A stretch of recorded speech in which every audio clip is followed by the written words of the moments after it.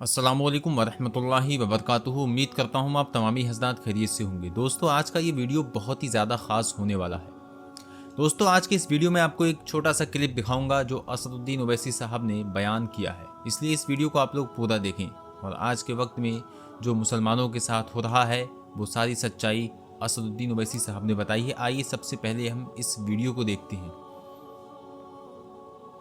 ये जालिम लोग वीडियो में आकर कहते हैं कि असदुद्दीन ओवैसी को गोली मार देंगे, इसकी जबान को काट लेंगे, इसकी सर को काट देंगे, मगर उनको कोई हाथ नहीं लगाया जाता। मगर कोई एक शेर पढ़ देता है तो उस अशार के गलत माने निकाल कर मुंबई से मौलाना को लेकर चले जाते हैं। 3-3 मुकदमे उन पर बुक कर दिए जाते हैं। मगर हम बीजेपी के लोगों से कहना चाह रहे हैं, तुम क्या कर सकते? तुम सिर्फ जानी तो ले सकते हो ना, तुम जानी तो ले सकते हो और क्या कर सकते हो? अगर मेरे मुकद्दर में जो लिखा अल्लाह ने लिख दिया वो तो पूरा होकर रहेगा। मगर जब तक हम जिंदा रहेंगे हम बातिल को बातिल कहेंगे, हम बातिल से समझौता नहीं करेंगे, हम बातिल को खुश करने के लिए अपनी पॉलिसी को लचकदार नहीं बनाएंगे। हमारा काम यह है मेरे अजीज दोस्तों और बुजुर्गों कि हम हक को कामयाब करें और हक की कामयाबी का राज आपका इत्तेहाद है। याद रखिए, कब तक आप सेकुलरिज्म के नाम पर ठगे जाएंगे? कब तक आप सेकुलरिज्म के नाम पर इनको वोट देंगे और वो बीजेपी को बिहार में सत्ता देंगे? मैंने 2015 में भी कहा था तुमसे, मगर तुमने मेरी बात का यकीन नहीं किया। मैंने 2019-20 में भी कहा था, मगर आपने मेरी बात को नहीं समझा। कम से कम अब तो समझ जाओ। याद रखो, तुम अपने मुकद्दर के फैसले कर सकते हो।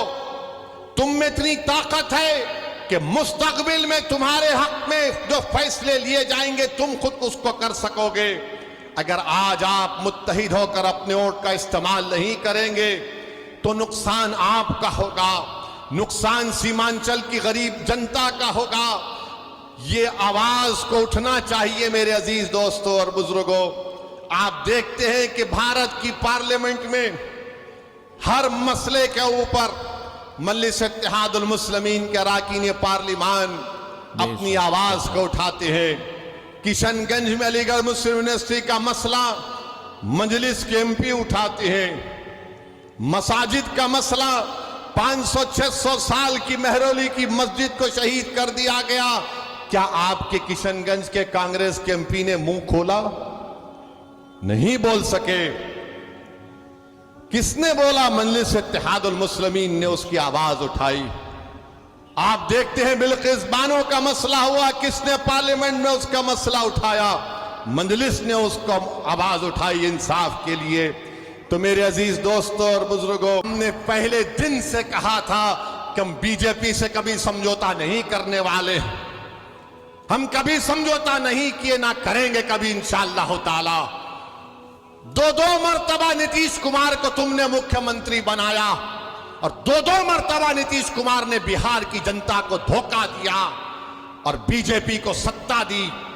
मगर बताओ, इनकी जबानें बंद हैं, जबानें बंद हैं, कुछ नहीं कहते।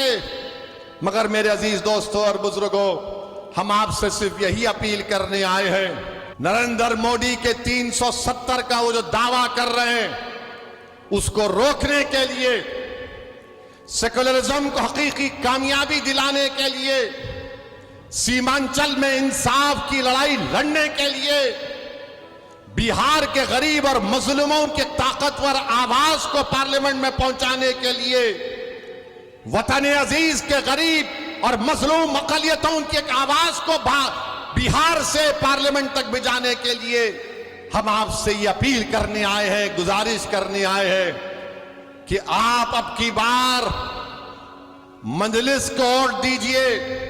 जो लोग सेकुलरिज्म की बात करते हैं वो सिर्फ तुम्हारा वोट लेना चाहते हैं और उसके बाद वो बीजेपी को इख्तिदार देना चाहते हैं। दोस्तों, आप लोगों ने सुना कि असदुद्दीन ओवैसी साहब ने साफ कहा है कि जो मौलाना मुफ्ती सलमान अजहरी साहब ने सिर्फ छोटा सा बयान किया था, उसमें ना किसी धर्म का नाम लिया था, फिर भी उनको कैद कर लिया गया और अभी लगभग 7 महीने हो चुके हैं। मुफ्ती सलमान अजहरी साहब की किसी भी तरीके से कोई ज़मानत की खबर नहीं सुनने को मिल रही है। हाई कोर्ट ने भी खारिज कर दिया है।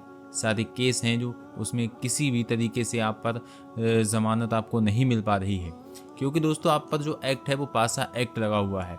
वहीं पर आज के वक्त में आप लोगों ने देखा होगा कि जो गिरिराम है, जिसका नाम है, उसने नबी सल्लल्लाहु अलैहि वसल्लम की शान में किस तरह से गुस्ताखी की है, और एक जगह से नहीं बल्कि 1000 जगह से उसके खिलाफ FIR दर्ज हो चुकी हैं, लेकिन फिर भी उसके खिलाफ किसी भी तरीके का कोई एक्शन नहीं लिया जा रहा है।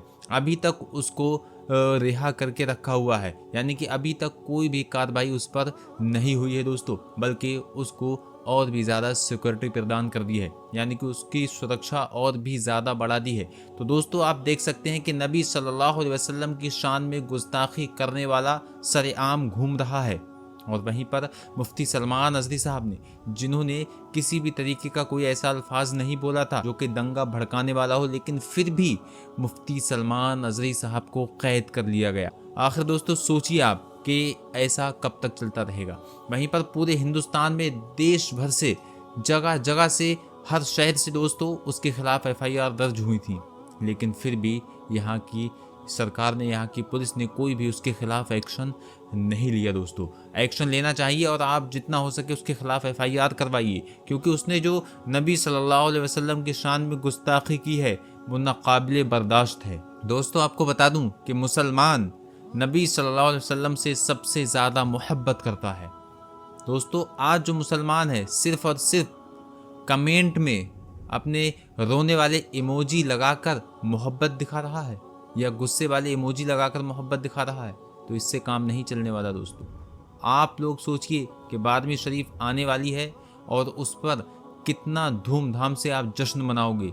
दोस्तों आपके जश्न मनाने से ऐसे क्या फ़ायदा जब नबी सल्लल्लाहु अलैहि वसल्लम की शान में गुस्ताखी करने वाला घूम रहा हो और नबी सल्लल्लाहु अलैहि वसल्लम की शान में गुस्ताखी दिन रात हो रही हो, किसी भी तरीके का किसी मुसलमान को कोई असर ना पड़ रहा हो।